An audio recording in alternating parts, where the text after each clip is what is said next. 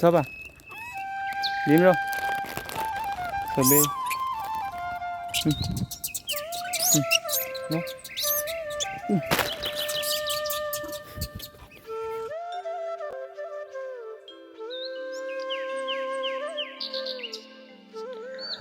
কি খবৰ সকলোৱে?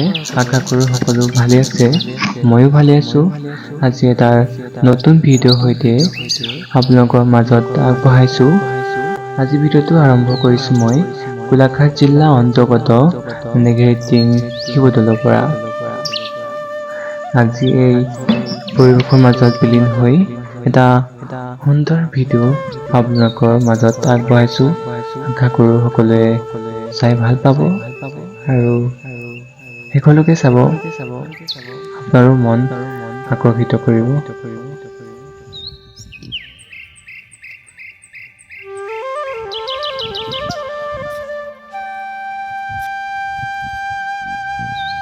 এয়াই হৈছে গোলাঘাট জিলা অন্তৰ্গত দেৰগাঁও নেঘেৰিটিং শিৱদৌল, যাৰ পৰিৱেশে আপোনাৰো মন মোহিব পাৰে।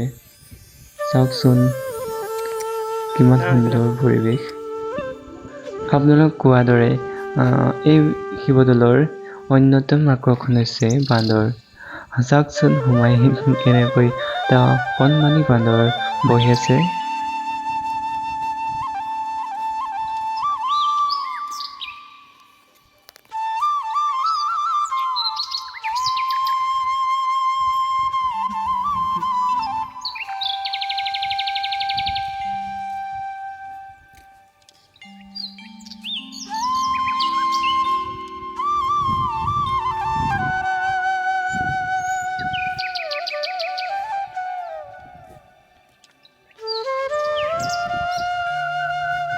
এয়াই হৈছে গোলাঘাট জিলা অন্তৰ্গত দেৰগাঁও নেঘেৰিটিং শিৱদৌল, যাৰ পৰিৱেশে আপোনাৰো মন মোহিব পাৰে।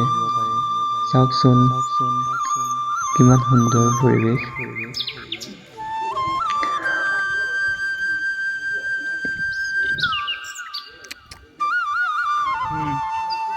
চাওক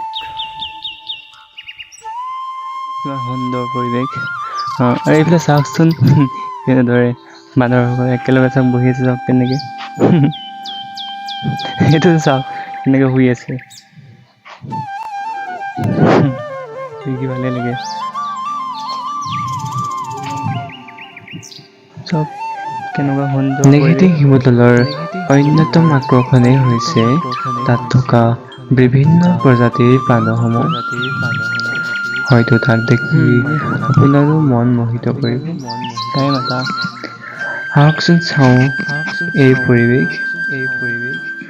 আপোনালোকে ইয়াত দেখিব যে বিভিন্ন প্ৰজাতিৰ বান্দৰ সৰুৰ পৰা ডাঙৰলৈ, চাওক আৰু তাত থকা গৰু ছাগলীৰ পৰা ধৰি সৰু সৰু পাৰ, চৰাই চিৰিকটি আদিও দেখি পাব ইয়াত।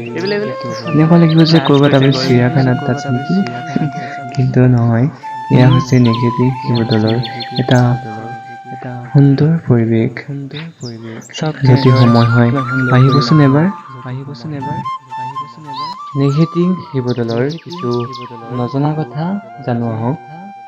মন্দিৰ নিৰ্মাণৰ বাবে ব্যৱহাৰ কৰা শিলবোৰৰ অস্তিত্ব দিহিং নদীৰ পাৰত আছিল বুলি বিশ্বাস কৰা হয়। প্ৰাকৃতিক দুৰ্যোগৰ বাবে মন্দিৰটো ধ্বংস হৈ গজাপানেমৰা নামৰ গভীৰ অৰণ্যত অৱস্থিত পোৱা যায়। কিন্তু দিহিং নদীৰ গতিপথ সলনি হোৱাৰ লগে লগে মন্দিৰটো পুনৰ ধ্বংস হৈ পানীত বিলীন হৈ পৰে। ভগৱান শিৱৰ এজন ভক্তই দিহিং নদীৰ অগভীৰ পানীত ধ্বংসপ্ৰাপ্ত মন্দিৰ আৰু শিৱলিংগ পাইছিল। এতিয়া এই ঠাইখনক শীতল নেঘেৰি নামেৰে জনা যায়।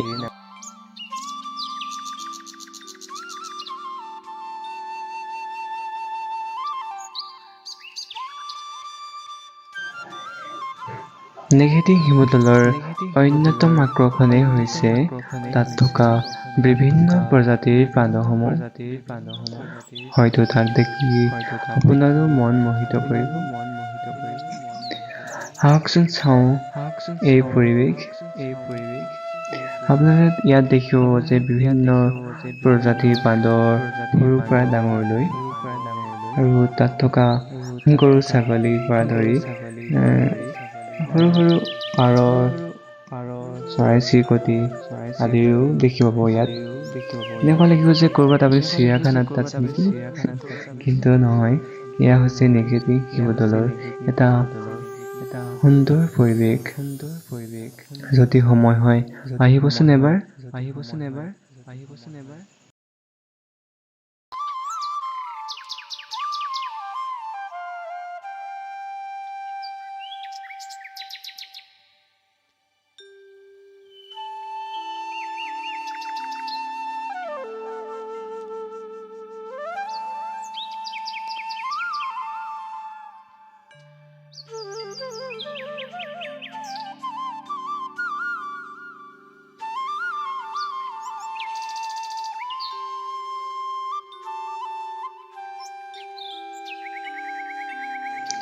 মন্দিৰটোৰ থকা ঠাইখন এসময়ত স্থানীয়ভাৱে নেঘেৰি নামেৰে জনাজাত এটা অদ্ভুত চৰাইৰ বাসস্থান আছিল। এই নামৰ পৰাই ঠাইখন নেঘেৰি টিং নামেৰে জনাজাত হৈছে।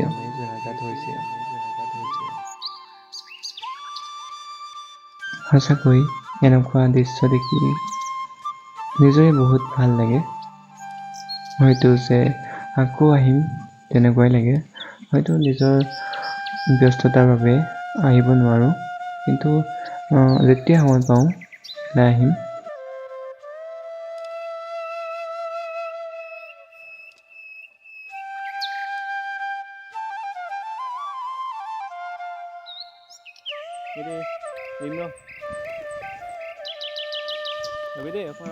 আপোনালোকক ক'ব বিচাৰোঁ যে কেতিয়াবা যদি নেঘেৰি শিৱদৌললৈ আহে কেইটামান হাতত খোৱা বস্তু লৈ আনিবচোন।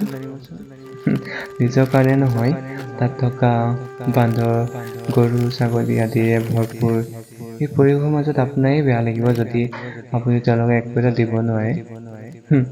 যদি আপুনি নেঘেৰি শিৱদৌলত প্ৰৱেশ কৰে চাবচোন, আপোনাৰ হাতলৈ সিহঁতবোৰে এনেকৈ মৰমত চাই থাকিব যাতে আপুনি তেওঁলোকক কিবা দিব।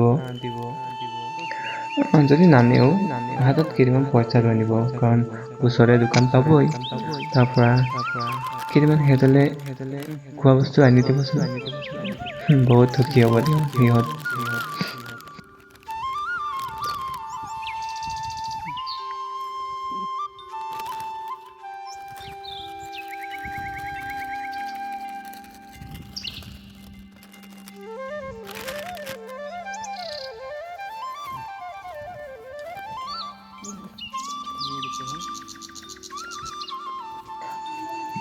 আপোনালোকক যে অলপ আগতে কৈছিলোঁ যে দৌললৈ আহোঁতে হাতত কিবা এটা খোৱা বস্তু লৈ আনিব। হয়তো ভাবিছে কিয় কৈছিলোঁ আৰু কৈও দিছিলোঁ। হয়তো আপোনালোকে বুজিব নোৱাৰিলে ভালদৰে। চাওকচোন এই পৰিৱেশটো।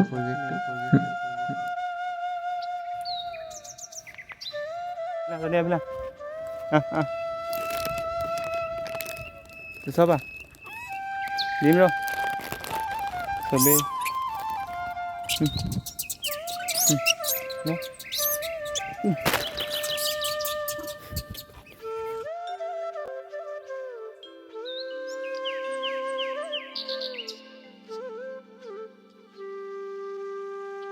এইবিলাক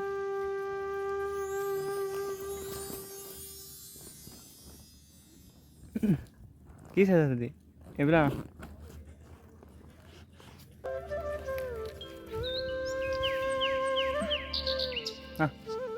হবে না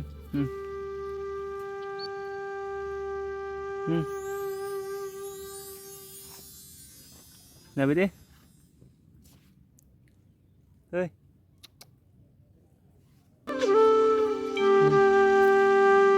যাম বই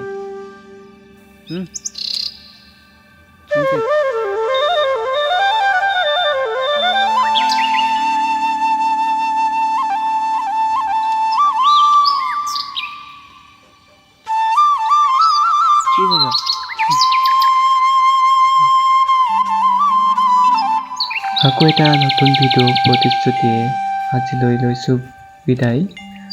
সোনকালে লগ পাম এটাৰ নতুন ভিডিঅ' সৈতে